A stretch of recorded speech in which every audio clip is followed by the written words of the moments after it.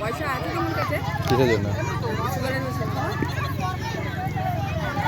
হ্যাঁ আছে কি? বস না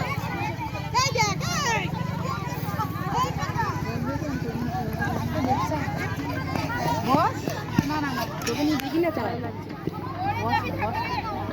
বস বস বস পড়বি কেন?